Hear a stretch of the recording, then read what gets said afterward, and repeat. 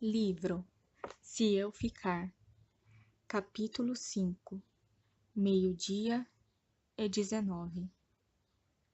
Há muitas coisas erradas comigo. Aparentemente, meus pulmões entraram em colapso. Estou com o baço perfurado, hemorragia interna de origem desconhecida e o mais grave, contusões cerebrais. Também estou com as costelas quebradas, queimaduras nas pernas causadas pelo atrito com o asfalto, o que exigirá enxertos de pele. E, quanto ao rosto, precisarei de uma cirurgia plástica, mas apenas, como os médicos destacaram, se eu tiver sorte. Agora, neste momento, dentro do centro cirúrgico, os médicos tiveram de remover meu baço, inserir um tubo para drenar a água que se acumulava nos pulmões e dar um jeito em o que quer que estivesse causando a hemorragia interna. Não há muito que eles possam fazer em relação ao meu cérebro. Temos de esperar para ver, diz um dos cirurgiões, olhando para uma das tomografias computadorizadas da minha cabeça. Enquanto isso, chamem o banco de sangue. Preciso de 2 unidades de O negativo e de mais 2 unidades reserva. O negativo é o meu tipo de sangue e eu não fazia a menor ideia. Não é algo sobre o qual já tive que pensar a respeito antes. Nunca havia estado num hospital, exceto quando fui parar no pronto-socorro, depois de ter cortado o meu tornozelo em um caco de vidro. Nem precisei levar pontos, só tomei uma vacina anti-tétano. No centro cirúrgico, os médicos estão discutindo sobre qual música ouvirão, do mesmo jeito que eu e minha família fizemos naquela manhã. Um deles quer ouvir jazz, outro rock. A anestesista, que permanece próxima à minha cabeça, quer ouvir música clássica. Torço por ela e sinto que isso ajuda, porque alguém coloca um CD de Wagner, embora eu não tenha certeza de que a Cavalgada das Valquírias seja bem o que eu tenho em mente. Estava torcendo por algo mais leve, as 4 estações, talvez. A sala de cirurgia é pequena e está cheia, repleta de luzes fluorescentes, o que destaca o quanto este lugar está encardido. Não é como na TV, em que as salas de cirurgia são como teatros imaculados, que poderiam acomodar um cantor de ópera e uma plateia. O chão, apesar de estar polido e brilhante, está cheio de marcas de ferrugem, as quais acredito serem antigas manchas de sangue. Sangue, por todo lado, mas isso não incomoda os médicos nem um pouco. Eles cortam, costuram e fazem a sucção do rio de sangue que se forma, sem nenhum problema, como se estivessem lavando a louça com água e detergente. Enquanto isso, injetam uma espécie de mangueira na minha veia e não param de reabastecer a bolsa de sangue. O cirurgião, que queria ouvir rock, transpira muito, com certa frequência. Uma das enfermeiras tem que secá-lo com uma gaze que ela segura com uma pinça. Em um dado momento, a máscara cirúrgica que ele usa fica molhada pelo suor e ele tem de trocá-la. A anestesista tem dedos delicados. Ela está sentada ao lado da minha cabeça, observando todos os meus sinais vitais, ajustando a quantidade de líquidos, gases e de drogas que estão injetando em mim. Ela deve estar fazendo um bom trabalho, porque aparentemente não sinto nada, embora não parem de mexer no meu corpo. É um trabalho duro e complicado. Não tem nada a ver com um jogo chamado Operação, com o qual brincávamos quando éramos crianças, em que você tinha que tomar cuidado para não tocar os lados da figura enquanto removiam o osso. Do contrário, o alarme soava. A anestesista acaricia as minhas têmporas distraidamente com suas luvas de látex. Era isso que mamãe costumava fazer quando eu chegava em casa com gripe, ou com uma daquelas dores de cabeça terríveis, que doíam tanto que eu chegava a me imaginar cortando uma veia da minha testa só para aliviar a pressão. O CD de Wagner já tocou 2 vezes até agora, e os médicos decidem que está na hora de trocar por outro tipo de música. Escolhem jazz. As pessoas presumem que só porque gosto de música clássica sou aficionada por jazz, mas não sou. Meu pai é. Ele adora, especialmente os acordes mais ousados, como as músicas mais recentes de Coltrane. Ele diz que o jazz, para as pessoas mais velhas, é como se fosse punk. A cirurgia parece interminável. Estou exausta. Não sei como os médicos têm energia para continuar. Eles continuam ali, de pé, parados, mas é como se aquilo fosse mais difícil que correr uma maratona inteira. Começo a desviar a minha atenção e a me questionar sobre qual é o meu estado.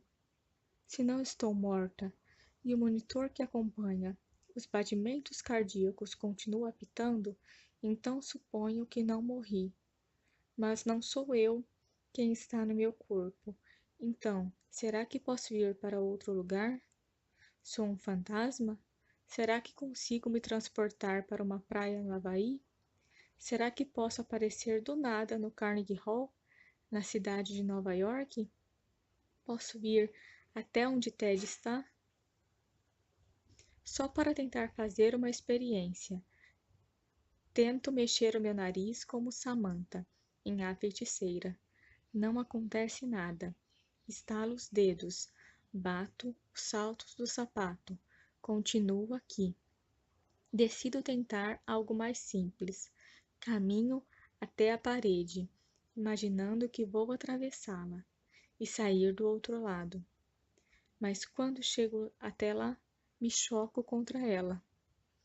Uma enfermeira traz mais uma bolsa de sangue, e antes que a porta se feche atrás dela, eu também saio. Agora estou no corredor do hospital. Há muitos médicos e enfermeiras com seus jalecos azuis e verdes, passando de um lado para o outro. Uma mulher com uma touca azul clara na cabeça, deitada numa maca e com um intravenoso injetando na veia, chama: William, William. Caminha um pouco mais. Há uma fileira de salas de cirurgia, todas cheias de pessoas adormecidas. Seus pacientes que estão nessas salas estão como eu?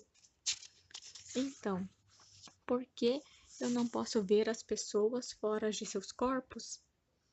Está todo mundo perambulando por aí, como eu estou agora?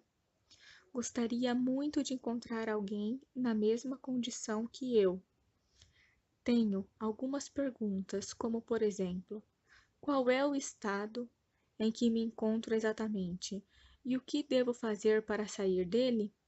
Como posso voltar para o meu corpo? Tenho que esperar até os médicos me acordarem? Mas não tem ninguém ao meu redor. Talvez o resto das pessoas tenham descoberto como se transportar para o Havaí.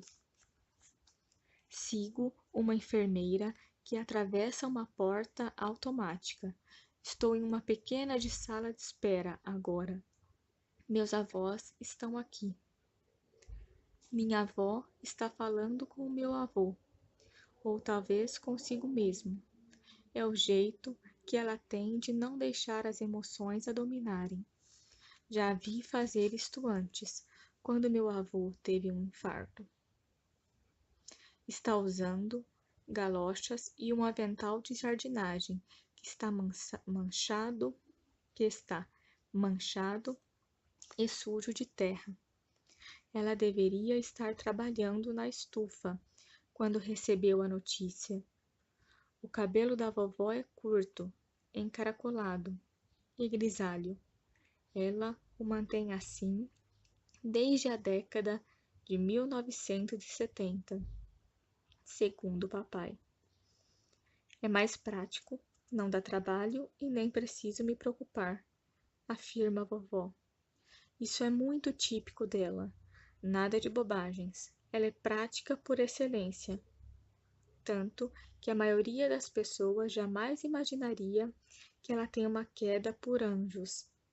Vovó tem uma coleção de anjos de cerâmica, bonequinhas em formas de anjo, anjo de cristal e tudo mais que você possa imaginar em formato de anjo, numa cristaleira que fica no quarto de costura dela. E ela não apenas os coleciona, mas também acredita neles. Vovó acha que eles estão espalhados por todos os lugares. Uma vez, um casal de mobílias se aninhou na lagoa da floresta, bem atrás da casa dos meus avós. Vovó estava convencida de que as aves eram seus pais, que tinham falecido há muito tempo e que vieram para olhar por ela. Outra vez, estávamos sentados na varanda da casa dela e eu vi um pássaro vermelho. É um cruza-bico? Perguntei para a vovó. Ela balançou a cabeça. Minha irmã Glória é um cruza-bico, respondeu vovó, se referindo a Gló, a minha tia-avó, falecida recentemente, com quem vovó nunca se deu muito bem. Ela não viria até aqui. Vovó olha fixamente para o líquido do seu copo de isopor e começa a arrancar pedacinhos da borda, formando bolinhas que caem sobre o seu colo. Dá para ver que é o pior tipo de café, aquele que foi feito em 1997 e ficou na cafeteira desde então. Mesmo assim, eu não me incomodaria em tomar um copo. Pode-se traçar uma linha reta entre vovô, meu pai e Ted, ainda que o cabelo ondulado e loiro do vovô tenha ficado grisalho e ele seja mais gordinho que Ted, que é uma vareta, e meu pai seja magro e musculoso, graças às sessões de levantamento de peso que executa durante as tardes. Mas os três têm os mesmos olhos azuis acinzentados e a cor do oceano em um dia nublado. Talvez seja por isso que agora sinto dificuldades em olhar para o meu avô. Juliar foi ideia da vovó. Ela é de Massachusetts, mas mudou-se para Oregon em 1955, sozinha. Hoje, isso não seria nenhuma grande novidade para ninguém, mas creio que há 52 anos, uma atitude como essa, partindo de uma mulher solteira com seus 20 e poucos anos de idade, teria sido um grande escândalo. Vovó alegou que se sentia atraída pela vastidão e pelos espaços a céu aberto, e nada mais vasto e a céu aberto do que as infinitas florestas e praias de Oregon. Ela conseguiu um emprego como secretária do serviço florestal e vovô trabalhava lá como biólogo. Às vezes, no verão, voltávamos para Massachusetts e nos hospedávamos por uma semana em um pequeno hotel na região oeste do estado, que é também visitado durante esse período pela extensa família da minha avó. É nessa ocasião que vejo os meus primos de segundo grau, tias-avós e tios, cujos nomes mal consigo lembrar. Tenho muitos parentes em Oregon, mas todos eles são por parte do vovô. Nas férias do verão passado, levei o meu violoncelo para poder continuar ensaiando para o próximo concerto de música de câmara. O voo não estava cheio, então as aeromoças permitiram que eu deixasse o meu instrumento no assento ao lado do meu, do mesmo jeito que um profissional costuma fazer. Ted achou a situação hilária e ficou o tempo todo tentando alimentar o violoncelo com pedacinhos de pretzel. No hotel, fiz um pequeno concerto à noite, no salão principal, para os meus parentes e para os animais empalhados que estavam pendurados na parede. Foi depois disso que alguém mencionou Julia e a vovó se animou com a ideia. No início, a ideia pareceu absurda. Havia um programa de música excelente na universidade, bem próxima a nós. E se eu quisesse me deslocar um pouco mais, havia um conservatório em Seattle, que ficava apenas algumas horas dali, de carro. Julia era do outro lado do país, e cara. Mamãe e papai ficaram balançados com a ideia, mas posso dizer que nenhum dos dois de fato queria me deixar sozinha para Nova York. Queria me deixar ir sozinha para Nova York, nem gastar quantias estratosféricas para que talvez eu me tornasse uma violoncelista de uma orquestra de segunda categoria em alguma cidade pequena interiorana. Eles não faziam a menor ideia de que eu era boa o suficiente para isso. E para falar a verdade, nem eu. A professora Christine me disse que eu era uma das alunas mais promissoras que já havia ensinado, mas ela nunca cogitou Juilliard para mim.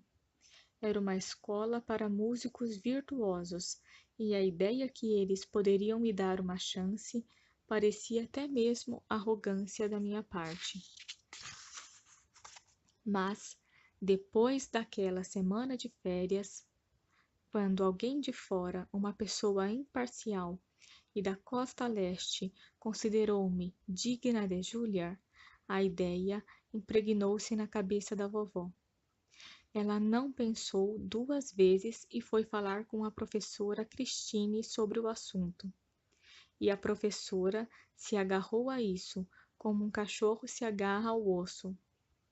Então, me inscrevi, juntei cartas de recomendação e enviei uma gravação. Não contei nada disso para Adam. Disse a mim mesma que não havia o menor motivo para alardes, já que a chance de conseguir uma audição era minúscula, mas, mesmo assim, reconheci que aquilo era uma mentira. Uma pequena parte de mim sentia que o simples fato de me inscrever fosse um tipo de traição. Julia era em Nova York e Adam estava aqui.